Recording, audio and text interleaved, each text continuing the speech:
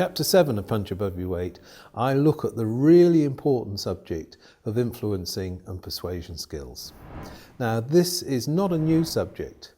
Thousands of years ago, Aristotle said if you want to be someone who is good at influencing others, you need ethos, logos, and pathos.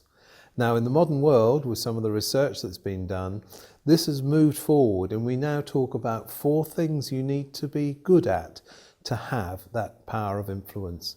You need to be credible, you need to use language effectively, you need to be able to create the common ground, and you need to understand the emotional frame from which someone else is coming.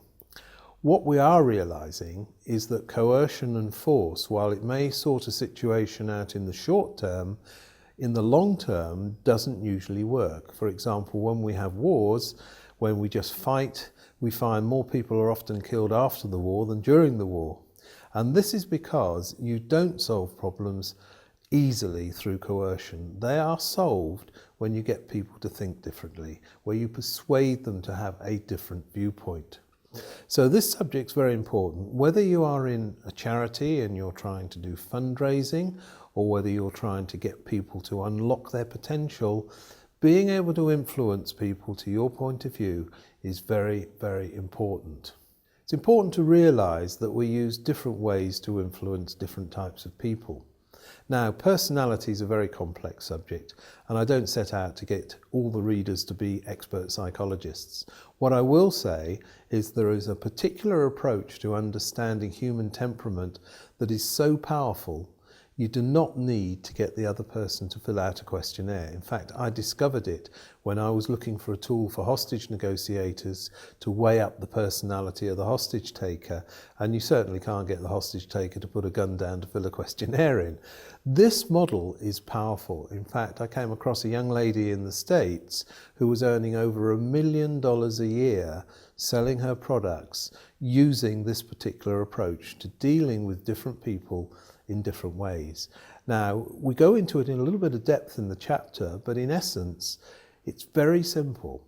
Some people hate conflict, some people like fun, some people like detail, and others like to feel in control. We explore how you can really use that model to your benefit, whatever line of work you're engaged in. It's very, very powerful. The other thing I think that's very important about influence and persuasion is we often are trying to get other people to make decisions.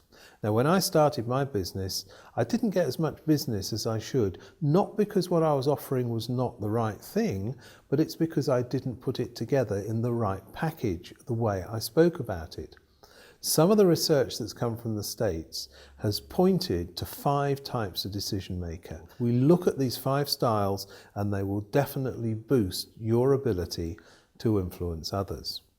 So if we're going to move forward to be successful at what we want to do, once we've done our goal setting, we're getting on with other people, we're solving our problems, we're handling our finances, if we can add to all that mix the ability to influence other people and get them to change the way they're thinking, to get them to think about things differently, you will become a master innovator in terms of relationships and whatever you want to achieve.